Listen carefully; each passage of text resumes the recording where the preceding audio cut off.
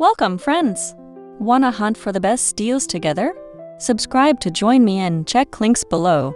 We typically assume that a lunchbox-sized battery melts if you plug in a kettle, yet field data proves this compact unit defies thermal logic.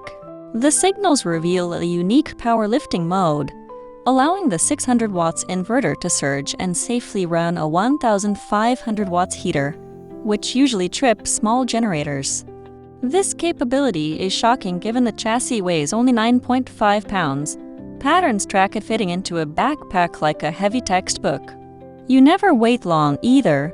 Field data highlights the charging curve hitting 100% in strictly 70 minutes, meaning you can top it up while packing.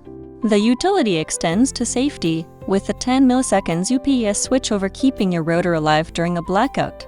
Verdict: the essential survival gear for the remote worker or camper who needs big appliance power without the heavy lifting.